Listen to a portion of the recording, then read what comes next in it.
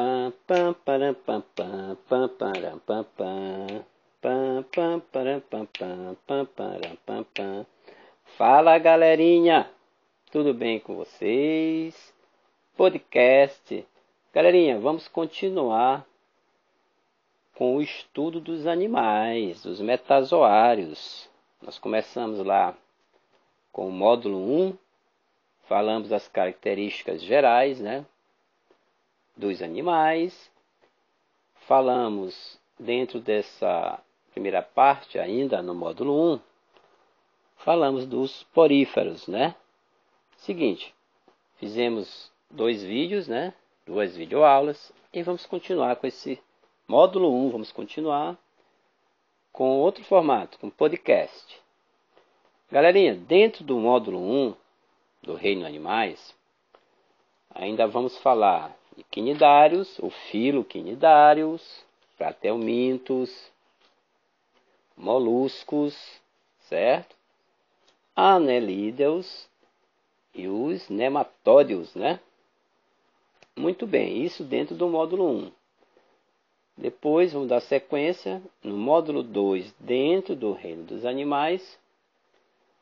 Falaremos sobre artrópodes. Vamos falar sobre os artrópodes, os equinodermas, né?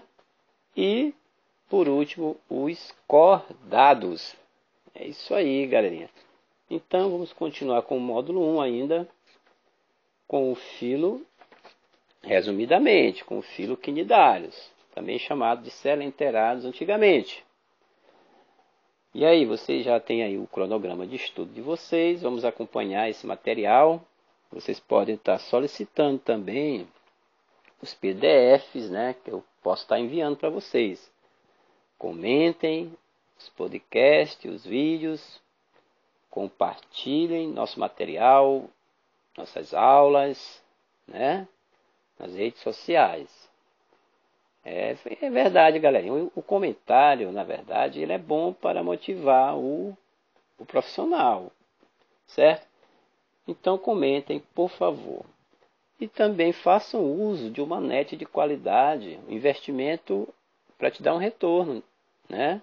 Investir em internet hoje para obter conhecimento que vai te dar um retorno. Você planta hoje para colher amanhã.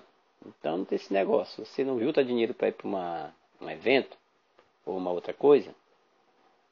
Não estou falando no geral, mas tem gente que quando é uma festa, um evento, aí junta um dinheirinho rapidinho. Mas quando é para investir em conhecimento, aí fica pensando 2 vezes. Não é no geral que estou falando. Vamos lá. O filo quinidária, ele é representado, vamos lá, galerinha, vamos participar, pelas medusas representantes. Que animais são esses quinidários? São as medusas, as anêmonas do mar, né? Esses são indivíduos isolados. Aí tem as caravelas e os corais, muito conhecidos, galerinha, que formam colônias. Eles são coloniais. Então, ó, primeiro tópico importante. Então, galerinha, quando a gente faz podcast, a gente chama atenção para as coisas mais importantes. Então, anotem. Medusas, anêmonas do mar, são indivíduos isolados. Já caravelas e corais são coloniais, né? Os quinidários podem apresentar, morfologicamente, vamos dizer assim, 2 formas. A medusoide e a polipóide. Ou seja, medusas, que geralmente elas são livres, natantes, né? Ou pólipos, que são geralmente fixos ao substrato. Galera, são sésseis. Lembra que nós falamos de sésseis lá em esponjas? Pois é. Então, como é podcast, vocês vão no Google, colocam a imagem lá de um pólipo e de uma medusa, né? Dentro do quinidário, para você imaginar e ver. Não só ouvir aqui no meu comentário, mas você observar, porque biologia se aprende também através da imagem. Você vai descrever lá a morfologia, visualizando a imagem de um pólipo, né? Que é uma estrutura também muito simples, tem uma abertura oral, né? Uma boca, aí vai apresentar uns tentáculos, tem uma cavidade, assim como tem lá nos poríferos. Tem uma cavidade que a gente chama aqui de gastrovascular. Lembra lá nos poríferos? Nós falamos em cavidade, a gente falou de quê? De espongiocele, não foi? Antigamente chamada de átrio. Aqui nos quinidários a gente vai chamar de cavidade gastrovascular. Então é importante que quando você for estudar, só uma dica que eu vou dar para vocês. For estudar os filos animais, vocês estudem por analogia, por comparação entre um filo e outro, certo? Então, pólipo e medusa são formas de quinidários, né? As duas formas básicas, uma fixa e outra livre natante. Muito bem, você tem que comparar depois o pólipo com a medusa, certo? Então, com relação aos folhetos embrionários, a partir deste filo, galerinha, a gente já conta 2 folhetos embrionários, porque tem uma classificação lá no desenvolvimento embrionário, quando a gente estuda a embriologia, os animais diblásticos e os triblásticos, não é verdade? Então, quinidário, ele é diblástico, certo? Aqui já começa a formação dos folhetos dos animais, no desenvolvimento embrionário. Então, 2 folhetos para quinidários, sendo que as camadas que compõem seu corpo são a epiderme, estou falando dos folhetos, a epiderme. Essa epiderme, galerinha, ela é derivada da ectoderme. E tem a gastoderme, que é derivada de quem? Da endoderme, né? Que reveste a cavidade gastrovascular. Então, os 2 folhetos, epiderme e a gastoderme. A epiderme deriva da ectoderme e a gastoderme deriva da endoderme, né? A endoderme é aquela camada que reveste lá a cavidade gastrovascular. E interessante que entre essas 2 camadas há uma camada gelatinosa. Essa é importante. Ela é chamada de mesogleia. Galerinha, é lá da mesogleia que partem aquelas estruturas urticantes. Vou logo dizendo. Vou chamar atenção para o quinidócito, que vai formar o nematocisto, que é aquele filamento urticante que causa queimaduras em banhistas, que ele usa como defesa, esse animal. Possui um tipo especial de célula chamada de quinidócito. Vejam bem, quando nós falamos de poríferos, nós falamos de coanócitos, né? Dentre outras células, mas o coanócito foi a principal. No quinidário, eu chamo a atenção para os quinidócitos. Esses quinidócitos contêm uma estrutura, né, denominada quínida. Quínida é tipo como se fosse um veneno. Nas quínidas estão presentes esses líquidos urticantes que são usados para paralisar suas presas, né? Eles são predadores também, né? Paralisa suas presas para se alimentar. E também nos seres humanos, uma forma de defesa, esse líquido pode causar queimaduras sérias, quando em excesso. Não é só uma medusa que vai te causar a morte, vamos dizer assim, ou uma queimadura. Mas sim, o excesso delas na praia, você acidentalmente, o banhista, né? Entrar em contato é uma forma dela se defender. Então, se existem várias, você pode estar tendo essa lesão na pele, em função dessa substância urticante que é liberada ali, é disparada pelo nematocisto, na verdade. A quínida é como se fosse um veneno. Quem produz são os quinidócitos, certo? E quem produz os quinidócitos? Galera, são os quinidoblastos. É como se fosse o desenvolvimento embrionário, né, galerinha? Olha, como se classifica esse filo? Porque tem, na hierarquia de classificação dos animais, não começa com reino, filo, classe, ordem, família, gênero e espécie. No ensino médio, a gente só estuda até classe. Alguns filos a gente chega até ordem, para poder você saber agrupá-los. Quando a gente estuda artrópodes, geralmente a gente cita as ordens lá. Quando se estuda também cordados, a gente cita as ordens lá dos cordados, né?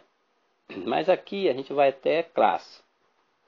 Veja bem, quando nós estudamos poríferos, a gente viu lá os tipos morfológicos, né? De poríferos, né? Aquelas formas lá em função do estreitamento ou não da espongiocele. Porque você tem que estar acompanhando os módulos para poder estar entendendo o que eu estou falando. Tem que ter assistido o anterior e a gente vai na sequência. Agora, dentro dos quinidários tem as classes. Tem os antozoários, ou classe Antozoa, os hidrozoários, ou classe Hidrozoa, certo? Tem os sifozoários, ou classe Sifozoa, e os cubozoários, ou classe Cubozoa. Um tanto didático também, mas vamos lá. Os antozoários, ou classe Antozoa, são os indivíduos do tipo pólipo, né? Aí entra anêmonas do mar, o coral cérebro e as famosas gorgônias.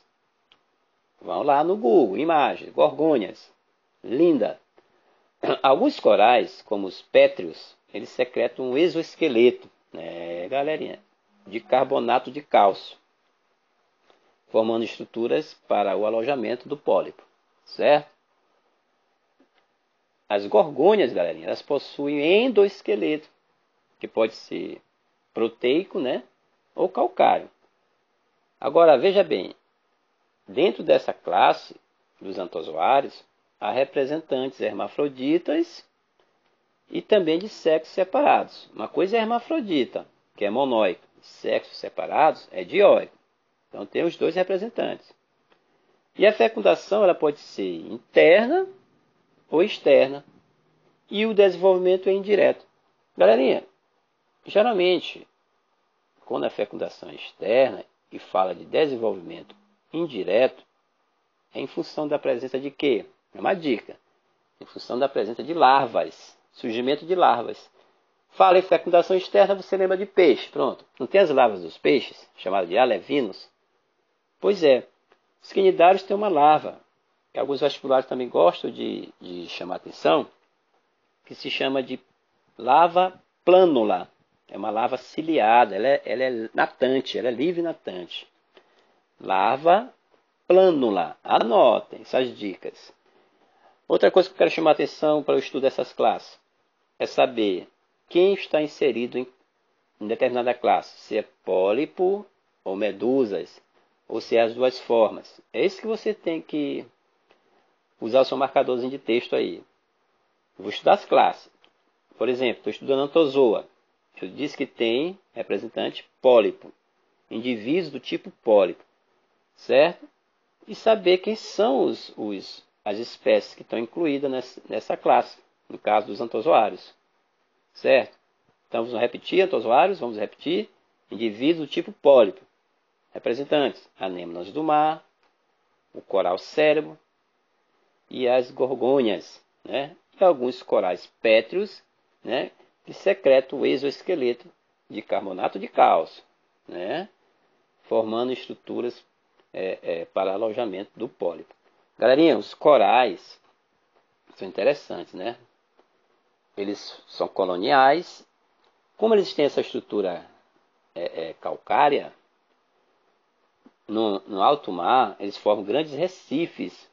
E quando os corais morrem, aquele cemitério fica lá, calcificado. Aí muitas das vezes tem acidentes com embarcações, porque o barco, na verdade, o navio, ele acaba perdendo ali a rota correta e entra num canal desse aí, dá de encontro com um recife de coral desse, né, um cemitério de corais calcificados, e tem acidente com embarcações, certo? Elas realmente batem e provoca uma rachadura no casco do navio, e aí você já sabe, certo? Vamos lá, outra classe dos quinidários. Primeiro foi antozoários, agora os hidrozoários, galerinha. Olha, veja bem, a dica é a seguinte: hidrozoários é o único grupo com representantes de água doce. Pode apresentar exclusivamente pólipos, né, como as hidras, né, e exclusivamente medusas, ou as duas formas. Olha aí a dica. Use lá o seu marcador. Hidrozoários pode ter exclusivamente pólipos, exclusivamente medusas, ou as duas formas, galerinha. Eles podem ser coloniais sésseis, como o coral de fogo, por exemplo, ou coloniais flutuantes, como as caravelas. No caso dos representantes como a Aubélia espécie, olha, o ciclo reprodutivo, ciclo de vida da Aubélia espécie, é interessante também vocês ir lá nas imagens, tentar entender. Certo? A Aubélia espécie. Ela apresenta tanto a forma pólipo quanto a medusa no seu ciclo de vida. E é interessante que se diga também, desse representante dos quinidários, a Aubélia, a espécie, que ela tem as duas formas de reprodução, tanto a sexuada quanto a assexuada. É o que a gente chama de alternância de gerações ou metagênese. Dê uma olhada no ciclo de vida da Aubélia, que é o mais importante deles, dentro dos quinidários. Possa ser que você precise entender isso aí. Quem que é haploide, quem que é diploide, certo? Muito bem. E outra classe é a Cifozoa ou Cifozoários. Nesse grupo, galerinha, a fase de vida que predomina geralmente é a medusa, sendo o pólipo muitas vezes reduzido ou até não tem. Então, Cifozoa, que predomina é a forma de medusa, que é livre e natante, né? Vocês sabem, medusa é livre e natante e o pólipo é séssil ou fixo. Nessa classe dos cifozoários, o pólipo, muitas das vezes, ele é reduzido ou nem tem. A reprodução assexuada ocorre por estrobilização, certo? Quando os pólipos eles produzem medusas, que são imaturas, que a gente chama de éfiras, né? Que se diferenciarão em medusas adultas, geralmente de sexos separados, são responsáveis pela reprodução sexuada. Muito bem? Então, tem a sexuada aqui e sexuada também. A assexuada nessa classe é por estrobilização. Os pólipos, eles produzem medusas, né, que são chamadas de éfiras. Essas medusas, elas vão se diferenciar em medusas adultas, de sexos separados. Aí vai entrar a fase sexuada. Beleza? Aí tem a formação da larva, galerinha. A plânula. Dê uma olhada também no ciclo de vida da Aurélia. Aurélia, né? Que é um cifozoário. Por último, e para encerrar o podcast, a última classe dos quinidários são os cubozoários ou cubozoa. Agrupa as medusas como a umbrella em forma de cubo, né? Por isso que é cubozoa. No ciclo de vida, a larva plânula ela vai dar origem à fase de pólipo. Esse pólipo ele vai sofrer metamorfose completa e se transformar em medusa. E os representantes, galerinha. Esses representantes eles podem causar sérias queimaduras até a morte de pessoas. Né? Tem uma espécie chamada de australiana. Então tá aí, os cubozoários. Fiquem ligados nas dicas do filo. Olhe as imagens no Google. Abraço. Os amantes da biologia, do professor Calvé. Comentem, requisitem o material em PDF, caso queira. Valeu, galera.